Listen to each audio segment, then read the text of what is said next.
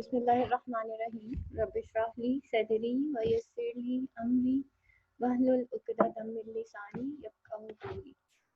अच्छा, बेकन को अगर हम देखते हैं ना, फ्रांसिस बेकन, तो फ्रांसिस बेकन को हम father of modern English literature कहते हैं। उसकी सबसे बड़ी रीज़न ये है कि ये इसने प्रोज राइटिंग जो है वो स्टार्ट ही बेकन से हुई थी, और इसने एक हॉलमार्क क्रिएट किया था जब इसने अपने एसेज लिखे थे। अब उसके जो एसेज और उसकी जो प्रोज राइटिंग थी, प्रोज कहते ही ये जो एसे राइटिंग या किसी सब्जेक्ट के ऊपर लिखना, एक ज़माने को सामने देख के उसके बारे में राइटिंग लिख देना, उसको हम कहते हैं कि जी ये प्रोज राइटिंग है। ठीक है, और उसके ये जो एसेज थे, बेकन एसेज, इन्होंने एक हॉलमार्क क्रिएट कर दिया था in the age of renaissance. ये जो है इसने वर्ल्डली विजडम इंट्रोड्यूस कराया था अपने एसेज के अंदर, कि दुनिया में आगे जाने के लिए कौन से ऐसे मीन्स हैं जिनको आप फॉलो करें तो आप ऊपर जा सकते हैं, और कौन से ऐसे मीन्स हैं जो कि आप नहीं फॉलो करते तो आप जो है जमीन पे आगे गिर जाते। तो इस तरह के इसने कई जो है, जैसे नॉलेज इज पावर, ये बेकन की कोट है जो कि बहुत ज्यादा मशहूर है। इस तरह से बेकन की और भी बहुत सारी कोट्स हैं जो बहुत ज्यादा मशहूर है। एक मुझे इसकी बहुत अच्छी कोट लगती है। इसने लिखा था कि जिस इंसान के अंदर नेकी नहीं होती ना, वो दूसरे की नेकी बर्दाश्त भी नहीं करता। A man who has no virtue in himself, वो बेयर ही नहीं करता दूसरे की वर्च्यू। ठीक है, और एंड इट्स अ फैक्ट, उसके अंदर जेलसी होती है। उसको उस वक्त जेलसी फील होती है जब वो देखता है कि ये बंदा आगे जा रहा है और मैं आगे नहीं जा पा रहा, या ये बंदा नेक है और मैं ऐसी नेकी नहीं कर पा रहा। तो फाइनली जब उसको लगता है कि मैं ये नहीं कर पा रहा, तो वो उस बंदे की नेकी बर्दाश्त नहीं करता और फिर वो उसको उल्टा क्रिटिसाइज करना शुरू कर देता। तो इस तरह के कई एसेज हैं बेकन के जो आपको यहाँ पे मिलेंगे। ये जो, और दूसरा इसने फॉलो किया था कुछ मैकियावेलियन व्यूज को भी। मैकियावेलाई एक ऐसा फिलोसोफर था जो कि उसने भी वर्ल्डली विजडम के बारे में लिखा था, लेकिन उसने इवल वेज के थ्रू ऊपर कैसे जाता है उसने ये बताया था। ईगो का कैरेक्टर जो है वो मैकियावेलाई था, ठीक है, और मैकियावेलियन कैरेक्टर था, यानी कि इवल वेज के थ्रू आप किस तरह से दुनिया के अंदर सक्सेस हासिल कर सकते हैं। ये सबसे पहले जो है वो मैकियावेलाई एंड देन द बेकन, इन्होंने इंट्रोड्यूस करवाया था। ये जो हम बात करते हैं ना, टिट फॉर टैट, जैसे को तैसा, घी सीधी उंगली से ना निकले तो टेढ़ी उंगली से निकाला, उंगली टेढ़ी करनी पड़ती है, और भी इस तरह के कई हैं। तो ये वो चीजें थी जो कि वर्ल्डली विजडम है, इसका रिलीजन से कोई ताल्लुक नहीं है। रिलीजन में तो हम कहते हैं कि इंसान जो है वो जितना झुका हुआ हो वो उसको उतना फल मिलता है। लेकिन अगर हम वर्ल्डली विजडम के बारे में बात करें तो वर्ल्डली विजडम ये कहती है कि जी घी सीधी उंगली से ना निकले तो टेढ़ी कर लेनी चाहिए। ऐसे ही है, किसी को ढील नहीं देनी चाहिए, दुश्मन को माफ नहीं करना चाहिए। तो ये सारी वर्ल्डली विजडम है, that is just opposite to the religion. और बेकन को इस वजह से पॉप ने बहुत ज्यादा क्रिटिसाइज किया। ठीक है, उसने बाकायदा इसको जो है ना द मीनेस्ट ऑफ मैनकाइंड कहा था, कि मतलब ये इतना मीन है कि इसने सारी चीजें इंसान को वो बताई जो सिर्फ वर्ल्डली है, यानी कि वो अपनी अच्छाई को खत्म करके कुछ ऐसे मीन्स को फॉलो करेगा जो कि सिर्फ उसको वर्ल्डली सक्सेस देंगे, तो स्पिरिचुअली वो सक्सेसफुल कभी भी नहीं हो पाएगा। तो इस वजह से बेकन के जो एसेज हैं वो सारे वर्ल्डली विजडम पे हैं। और इन इन एसेज ने एक हॉलमार्क इसलिए क्रिएट कर दिया था क्योंकि इंसान को सक्सेस बड़ी प्यारी है। हम हमेशा लोगों से, हम बहुत ज़्यादा जितने भी सक्सेसफुल लोग हैं उनसे हमारा एक ही क्वेश्चन होता है, आप यहाँ तक कैसे पहुँचे, ऐसे ही है, या आप यहाँ तक कैसे पहुँचे, और हमारे अंदर एक तजस्सुस होता है। तो नॉर्मली जो है वर्ल्डली सक्सेसेस, उसके पीछे वैसे लोग होते हैं। तो बेकन के ऐसे इस वजह से भी बड़े मशहूर हो गए क्योंकि वर्ल्डली सक्सेस के ऊपर लिखे गए। अब सबसे पहले हम डेफिनेशन ऑफ प्रोज देखते हैं कि प्रोज राइटिंग होती क्या है। The word prose is drive from Latin word prorsus which means direct और straight and also signifies the plain speech of mankind. एक प्लेन स्पीच ऑफ मैनकाइंड, आम जबान में जो इंसान से बात की जाती है, स्ट्रेट फॉरवर्ड वर्ड्स में, और दरिया को जिसे कहना चाहिए कूजे में बंद कर देना, और शॉर्ट एंड कंसाइज वे में बात करना, उसको हम कहते हैं कि जी स्ट्रेट फॉरवर्ड वर्ड में, के आम इंसान की जबान में बात करने को हम प्रोज कहते हैं। It is written without any reference to the rules of words. ठीक है, वर्ड्स के रूल्स के बगैर, यानी कि पोइट्री को फॉलो नहीं किया जाता, या वर्ड्स के रूल्स को फॉलो किए बगैर इसको लिखा जाता है बिल्कुल स्ट्रेट फॉरवर्ड अंदाज में. We can also say that it is an excellent medium of expression. Background देख लेते हैं प्रोज का. The art of prose writing developed during the middle ages, lost its glory, and during renaissance it again achieved the highest position. ठीक है, art of prose writing जो है वो middle edges में अपनी ग्लोरी खत्म हो गई थी, क्योंकि ज्यादातर उस वक्त की जो कहानियां थी वो स्टोरी बेस्ड थी या पोइट्री पे ज्यादा एनहांस मतलब फोकस किया जाता था. तो Bacon is one of the champion of Renaissance. The great defect found in English prose are prolixity and diffuseness. सबसे बड़ा जो प्रोज को का जो जवाल था बेकन से पहले वो ये था कि एक्चुअली बहुत ज्यादा मुश्किल अल्फाज यूज किए जाते थे. बेकन ने बड़े कंसाइज और स्ट्रेट फॉरवर्ड वर्ड्स यूज किए थे ताकि वो एक आम लेमैन से जो है वो बात कर सके. पोइट्री को पढ़ने में मुश्किल हो जाती थी क्योंकि उसके अंदर मिथ और बहुत सारी और चीजें यूज होती थी. आम लेमैन उसको नहीं पढ़ सकता था. तो बेकन ने एक्चुअली ये जो वे ऑफ राइटिंग था इसके खिलाफ बगावत कर दी थी कि ये मुश्किल नहीं होना चाहिए, कंसाइज एंड स्ट्रेट फॉरवर्ड वे में होना चाहिए. और जब आप इसके एसेस भी पढ़ेंगे यू विल सी कि बहुत सीधे सीधे स्ट्रेट फॉरवर्ड लिखे हैं. Bacon put an end to this. He avoid such a prose style which prove that English can be used as medium of expression. Due to this he is regarded as the father of modern English.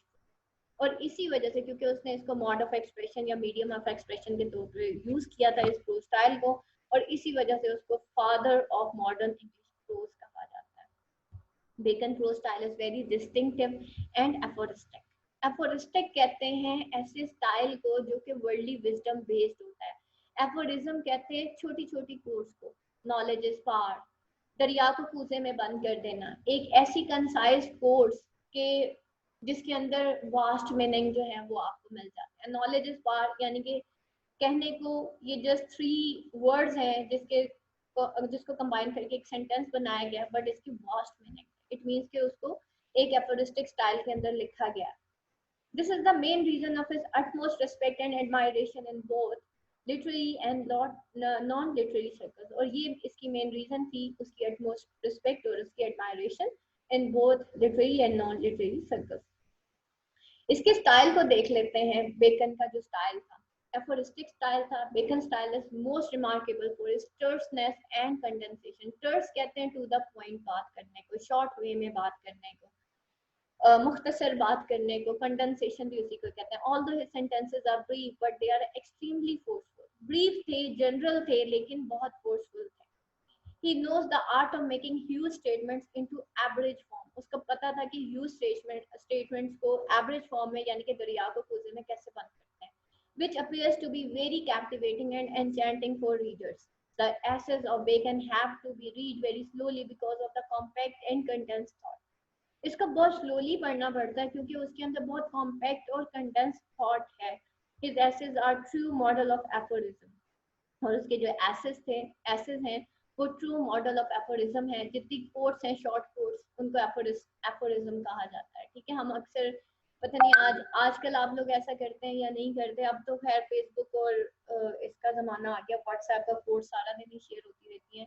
मुझे याद है कि अपनी student life में मैं बहुत छोटी सी थी, 4th क्लास में, फिर हम लोग कोट्स की बुक्स ना खरीदा करते थे हमारे अचीवमेंट पे और इस तरह सक्सेसेस पे. तो वो कोर्स मिला करती थी हमें छोटी छोटी बुक्स होती थी. मैं स्पेशली बुक स्टॉल्स पे जाया करती थी और वहाँ पे आपको इस तरह की एफोरिस्टिक कोर्स पे बुक्स मिला करती थी. तो वो मेरे पास आज भी है, मैंने संभाल के रखी. तो वो बड़ा हेल्प देती थी. अब तो खैर वो नहीं रहा दौर, लेकिन फिर उसके बाद हम वो कोर्स जो है अपनी डायरीज के अंदर लिखा करते. और फिर जब हम लोग बोर हो जाया करते थे फिर हम वो कोर्स खोल के देखा करते थे, या ऐसे घर में कोई फ्रेंड आती थी या कुछ आता था या कोई आता था, कजन्स वगैरह आते थे, बच्चे या कोई भी, तो हम फिर उनको, क्योंकि हम बड़ी बाजियां थी, तो हम उनको पढ़ के सुनाते थे कि ये देखो ये हमने कोर्स लिखी हैं या शेर लिखे हैं. तो अब तो खैर वो पता नहीं इस तरह से कोई डायरी लिखता है या नहीं लिखता, लेकिन हम लोग इस तरह से, हमें आदत थी कि हमने जब कोई चीज़ अच्छी लगती थी तो हम अपनी डायरी के अंदर लिखा. तो ये study serve for delight, for ornament and for ability. और स्टडीज में उसने कहा कि स्टडीज जो हैं वो सर्व करती हैं फॉर डिलाइट, खुशी देती हैं, ऑर्नामेंट यानी कि इंसान को ऑर्नामेंटेट करती हैं, एंड फॉर एबिलिटी ठीक है, स्टडी 3 लेवल पे हमें सर्व करती है, डिलाइट देती है, हमें ऑर्नामेंटेट करती हैं और हमें एबिलिटी देती है। ठीक है, उसके बाद जो है this statement appears to be very condensed and concise but the thought it is carries is quite deep. इस कैरीज लिखा हुआ कैरिड होता है, इसके साथ it carried is very quite deep. It represents that study is an activity which brings joy and happiness and enhance our thinking, writing, reading, and speaking abilities. It also adds charm to our personality. Study is the most finest way of gaining wisdom. उसने कहा था कि ये study जो है most finest way है of gaining wisdom. फिर उसके बाद उसने एक और कोट है ऑफ स्टडीज की, reading make a full man, confidence a ready man and writing an exact man. उसने बड़े खूबसूरती से कहा था कि रीडिंग जो है वो एक फुल मैन बनाती है, यानी कि हम जब रीड करते हैं तो रीडिंग से एक फुल मैन बनता है, यानी कि कॉन्फिडेंस, यानी कि जब हम बातचीत करते हैं तो एक रेडी मैन बनता है, और राइटिंग एंड एग्जैक्ट मैन, और राइटिंग करने से, राइटिंग लिखने से, यानी कि लिखने से हम एक एग्जैक्ट मैन बनते हैं। It means that reading adds perfection to man's personality, discussion with other about content of book imparts special practical skills to the reader. Writing removes all the residual weakness from the reader's personality. और writing जो है वो remove कर देती है all the residual weakness जो reader की personality में होती है। आप लोगों को इस इन 3 लेवल के ऊपर ही आपको इस एकेडमी में पढ़ाया जाता है। इसी वजह से आपसे कहती हूँ कि बेटा बोले, ठीक है, उससे पता चलता है। तो एक डिस्कशन करने से क्या होता है, आपकी एक प्रैक्टिकल स्किल जो है वो डेवलप होती है, और दूसरा जब आप लिखते हैं, आप टेस्ट देते हैं या आप असाइनमेंट्स करते हैं, तो उससे आपकी जो छोटी छोटी वीकनेसेस होती हैं वो भी खत्म हो जाती हैं। Men fear death as children fear to go in the dark, as that natural fear in children is increased with tales, so it is the other. वो कहता है कि इंसान जो है डेथ से ऐसे डरता है जैसे एक बच्चा जो है वो जो है डार्क, यानी कि अंधेरे से डरता है। So that natural fear in children is increase with tales, so is the other. और जो नेचुरल फियर जो है बच्चों के अंदर वो इंक्रीज हो जाता है with the tales, so it is the other. तो इसी तरह इंसान के अंदर भी डेथ की सोच से उसके रोंगटे खड़े हो जाते हैं। वो एक शेर है ना कि मौत का एक दिन मुअय्यन है, नींद फिर क्यों रात भर नहीं आती। तो ये जो फियर ऑफ डेथ है ये इंसान के अंदर है। फिर वो करता है एंटीथेटिकल स्टेटमेंट, यानी कि 2 ऑपोजिट स्टेटमेंट्स जो है वो बयान करता है। The force of aphoristic statement depends upon other stylistic devices which supplement them. Such devices are the balance and antithesis which mark the most of a sentence structure. ठीक है, अब वो एफोरिस्टिक उसकी जितनी भी स्टेटमेंट्स थी वो डिपेंड करती थी स्टाइलिस्टिक डिवाइसेस के ऊपर, which supplement them, जो उसको सपोर्ट करती थी। Such devices are the balance and antithesis. वो balance और antithesis यूज करता था। एंटीथीसिस क्या होता है, एक थीसिस होता है और फिर उसके बाद एंटीथीसिस होता है। इन द एसे ऑफ, यानी कि उसके ऑपोजिट व्यू होता है। In essay of study there is use of threefold balance. Study serve for delight, for ornament and for ability. Crafty men condemn studies, simple men admire them, and wise men use them. वो कहता है ये जो crafty men होते हैं ना वो condemn करते हैं स्टडीज को, सिंपल मैन जो है वो हमेशा उसको एडमायर करता है और वाइज मैन उसको यूज करता है। Some books are to be tasted, others are to be swallowed and some few to be chewed and digested. वो कहता है कुछ किताबें ऐसी होती हैं जिनको सिर्फ टेस्ट किया जाता है, कुछ होती हैं जिनको आप हजम भी कर लेते हैं, यानी कि कुछ ऐसे अल्फाज होते हैं जो कि हजम भी हो जाते हैं, लेकिन कुछ ऐसी होती है जिसको आप सिर्फ च्यू करते हैं और कुछ ऐसी होती है जिसको आप सिर्फ डाइजेस्ट करते हैं। फिर rhetorician, Bacon is considered as one of the greatest rhetoricians. He has a great power of attracting and persuading his readers. His essays are the finest example of his persuasion. अच्छा, rhetorician कहते हैं questioning करके किसी एक theme के ऊपर, एक view point के ऊपर एम्फेसिस करना। रिपीटेशन ऑफ वर्ड्स भी इसके अंदर आ जाते हैं और एम्फेसिस ऑन द वर्ड्स भी इसके अंदर आ जाता है। जैसे उसने यहाँ पे कहा A man that studied revenge keeps his own bound free. तो कहता है कि एक ऐसा मैन जो कि स्टडी करता है अपने रिवेंज को, यानी कि हर वक्त अपने इंतकाम की आग में रहता है, तो वो हमेशा अपने बाउंड्स क्लीन रख सकता है। ठीक है, जब भी हम ये सोचते रहते हैं कि हमने बदला लेना है या इस बंदे ने हमारे साथ ऐसे किया तो वक्त आया तो कभी ना कभी ऐसे करूंगी, तो एक्चुअली हम अपने बाउंड ग्रीन रखते हैं। इसको मैं बेटा आगे रिवेंज का जब मैं आपको पढ़ाऊंगी ना ऐसे, तो मैं उसमें थोड़ा डिटेल पढ़ा दूंगी। अभी मैं थोड़ा इसको कंसाइज कर रही हूँ। This example is taken from of revenge. His imagery and analogy, the extensive use of metaphors, images, similes, and analogies add excellence to Bacon essays. According to Bacon, these devices are important for persuasion. He draws his imagery from nature and everyday life, while he draws his analogies from classical mythology, Bible, astronomy, and philosophy. Examples हैं use of analogy में clear and round creating is the honor of man's nature. ठीक है, clear और round creating जो है वो honour है man इंसान की नेचर का। And that mixture of falsehood is like alloy in coin of gold and silver. वो कहता है कि जब हम क्लियर और साफ शफाफ एक कुछ भी बताते हैं या क्रिएट करते हैं तो वो ऑनर होता है इंसान का। लेकिन अगर हम फॉल्सहुड में, झूठ में थोड़ा सा सच में थोड़ा सा झूठ मिक्स कर देते हैं तो वो जैसे गोल्ड या सिल्वर के अंदर शाइन देता है ना अलॉय, वो इसी तरीके से होता है। Which make mental work better but it embased, जो कि मेटल वर्क या मेंटल लिखा हुआ बेटा मेटल वर्क को बेटर कर देता है। यानी कि कॉइन स्ट्रॉन्ग ही तब होता है जब उसके अंदर अलॉय ऐड किया जाता है। तो बेकन का ये कहना था जब सच के अंदर थोड़ा सा झूठ मिक्स कर दिया जाए ना तो उसकी ताकत ज्यादा हो जाती है। फॉर एग्जाम्पल हम एक यूज करते हैं एग्जिजरेशन का टूल। एग्जिजरेशन झूठ है ना। हमारे मार्क्स आए हैं इंग्लिश में 200 में से 117, हमने बता दिया अगले बंदे को 120, सिर्फ 3 नंबर ज्यादा है।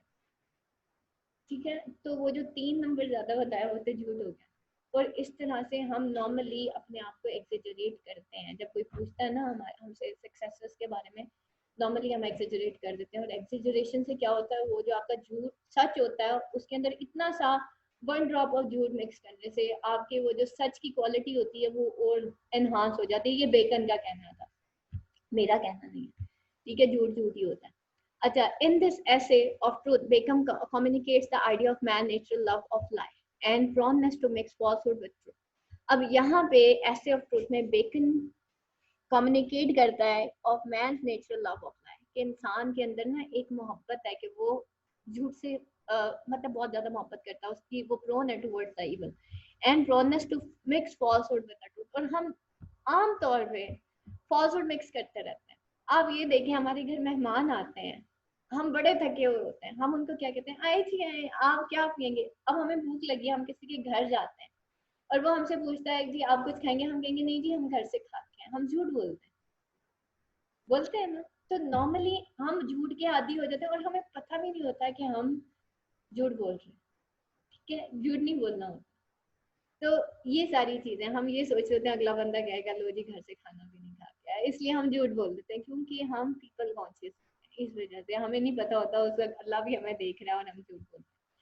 तो इस तरह से हम छोटे छोटे झूठ तो आम बोल सकते हैं। He compares the falsehood to an alloy in coin of gold or silver. The alloy makes the metal work better, but it lowers the value of metal. ठीक है, अलॉय जो है मेटल वर्क को बेटर तो कर देता है, लेकिन उससे क्या होता है, वैल्यू ऑफ मेटल जो है वो बहुत कम हो जाती है, लोअर हो जाती है। अच्छा, उसके बाद ये तो होगी एनोलॉजी। एनोलॉजी कहते हैं किसी फार फेच्ड आइडिया को जो है ना आप उसके अंदर लेके आते हैं। जैसे यहाँ पे उसने गोल्ड सिल्वर एंड कॉयल की एनोलॉजी जो है उसको कंपेयर किया है किसके साथ, lie and mixture of lie and truth को ना। तो इसी तरीके से वो इस तरह की डिफरेंट एनोलॉजीज जो है वो क्रिएट करता है अपने सेंटेंसेस के अंदर और अपने प्रोज राइटिंग में। फिर यूज ऑफ मेटाफर्स है। For a crowd is not